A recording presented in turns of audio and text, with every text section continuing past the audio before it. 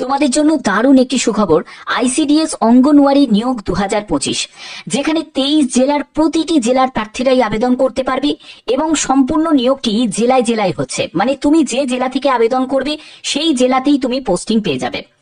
এখানে টোটাল পদ সংখ্যা হচ্ছে 2954টি।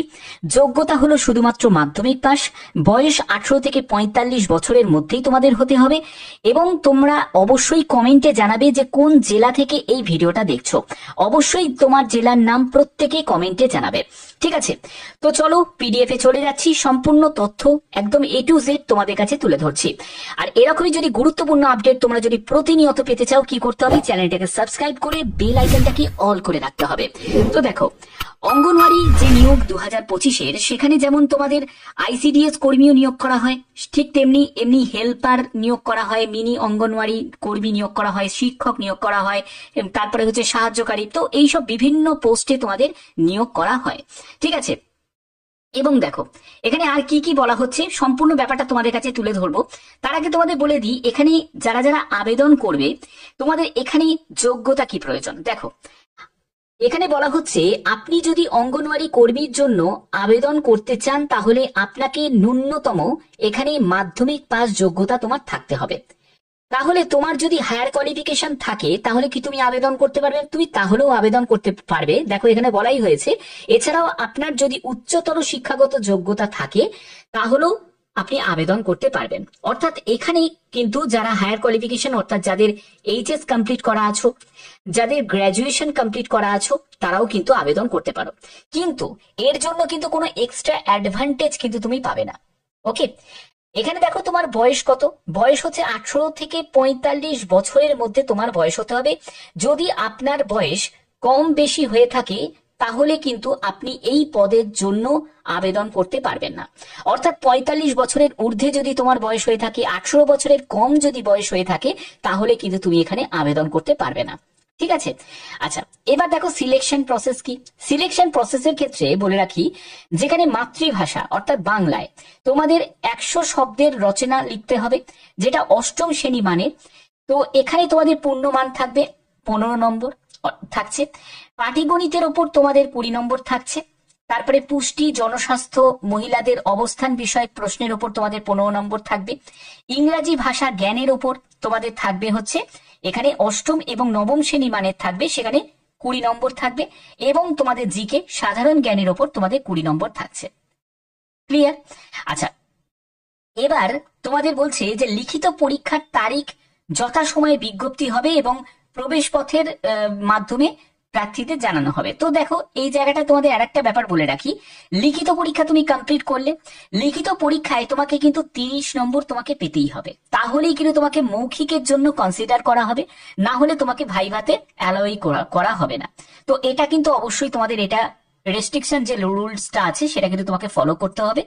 এবং বলা হচ্ছে যে নম্বর না পেলে মৌখিক পরীক্ষার জন্য তোমাকে বিবেচিত করা হবে না। লিখিত পরীক্ষা পাশ করলেও মৌখিক পরীক্ষায় অনুপস্থিত যদি তুমি থাকো তাহলে কিন্তু তোমাকে অযোগ্য প্রার্থী হিসাবে বিবেচিত করা হবে, ঠিক আছে? মৌখিক পরীক্ষার ক্ষেত্রে কোনো নিম্নতম যোগ্যতা নির্ধারক নম্বর থাকবে না। অর্থাৎ তোমার এখানে কিন্তু যোগ্যতার কোনো নাম্বার এখানে ক্যালকুলেশন করা হবে না। লিখিত পরীক্ষায় প্রাপ্ত আর মৌখিক পরীক্ষায় প্রাপ্ত মোট নম্বরের ভিত্তিতে মেধা তালিকা প্রস্তুত করা হবে। অর্থাৎ বুঝতে পারছো যে প্যানেলটা তোমাদের যে তৈরি হবে সেটা হলো রিটেন আর ভাইভা দুটোকে কম্বাইন করে, ঠিক আছে? আচ্ছা, এবার বলা হচ্ছে যে দেখো নির্বাচক যে মন্ডলী আছে তাদের অনুমোদন সাপেক্ষে 1:5 রেশিওতে যা শূন্যপদ থাকবে 1:5 রেশিওতে মৌখিক পরীক্ষার জন্য ডাকা হবে। অর্থাৎ একটি শূন্যপদের জন্য 5 জন প্রার্থীকে ডাকা হবে।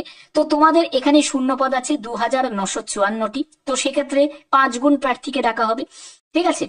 এবার এখানে আর কি কি বলা হচ্ছে দেখে নাও। এখানে যেটা বলা হচ্ছে সেটা হচ্ছে লিখিত ও মৌখিক পরীক্ষায় বসার তারিখ ডাকযোগে অ্যাডমিট কার্ডের মাধ্যমে তোমাদের জানানো হবে।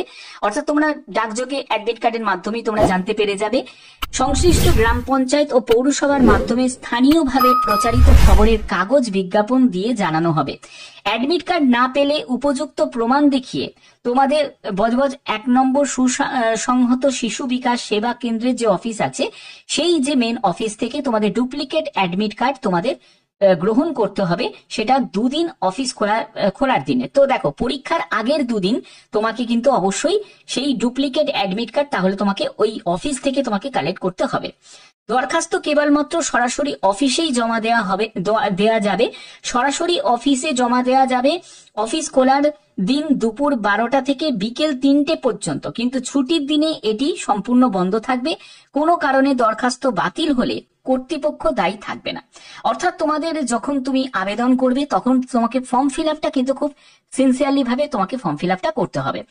এই জায়গায় যদি কোনো ভুল ভ্রান্তি হয় তাহলে সেটা কিন্তু কোনো রকম ভাবে তোমাদের কনসিডার করা হবে না। এবার দেখো আর কি কি বলা হচ্ছে।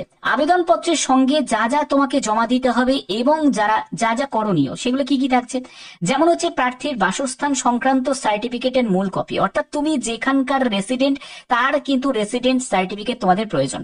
এবার তুমি এই রেসিডেন্ট সার্টিফিকেটটা তুমি কোথা থেকে পাবে, ঠিক আছে, রেসিডেন্ট সার্টিফিকেটটা কোথা থেকে পাবে সেটা তুমি কাউন্সিলরের কাছ থেকে পাবে, ঠিক আছে, কাউন্সিলরের কাছ থেকে তুমি পেয়ে যাবে। তা বা গ্রাম পঞ্চায়েতের লেভেলে তুমি গ্রাম পঞ্চায়েতের যে প্রধান তার কাছ থেকে তুমি পেয়ে যাবে। মিউনিসিপ্যালিটি এরিয়ায় তোমরা সেখানে যোগাযোগ করতে পারো, মিউনিসিপ্যালিটিতে সেখানেও তুমি পেয়ে যাবে, ঠিক আছে। তো এই মিউনিসিপ্যালিটি থেকে শুরু করে গ্রাম পঞ্চায়েত লেভেল এইসব জায়গায় কিন্তু তোমাদের এই যে রেসিডেন্সিয়াল যে সার্টিফিকেট সেটা কিন্তু তোমাদের দিয়ে থাকে। তো এটা নিয়ে ঘাবড়ানোর কিছু নেই।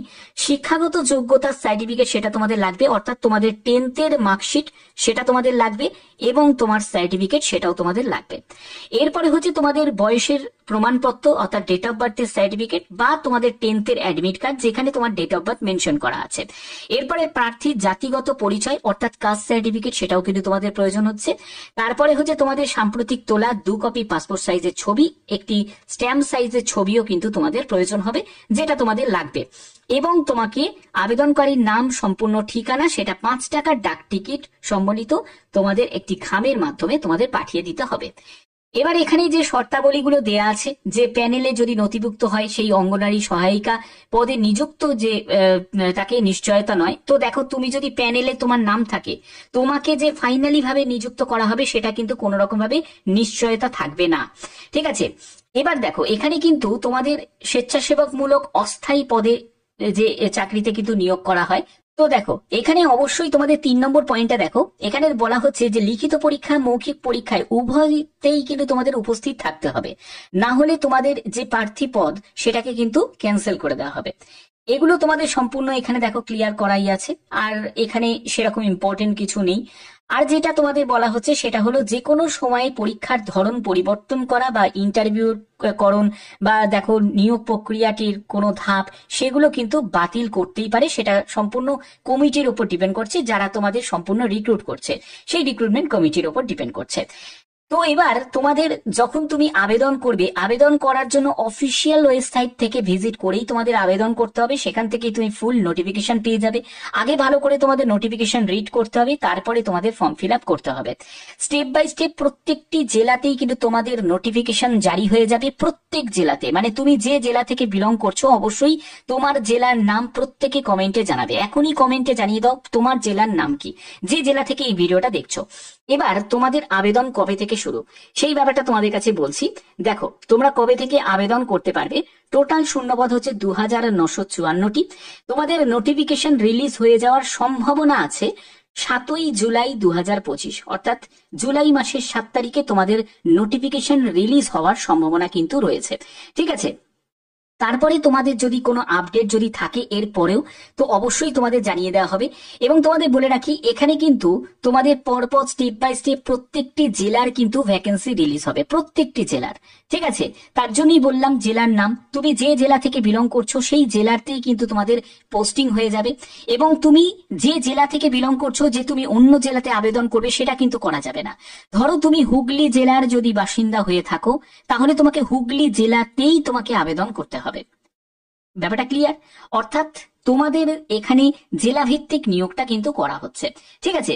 বাদ বাকি আইসিডিএস তোমাদের যখনই কোনো আপডেট যখনই আসবে, এছাড়া যখন অন্য কোনো আপডেট আসবে অবশ্যই তোমাদের জানিয়ে দেওয়া হবে।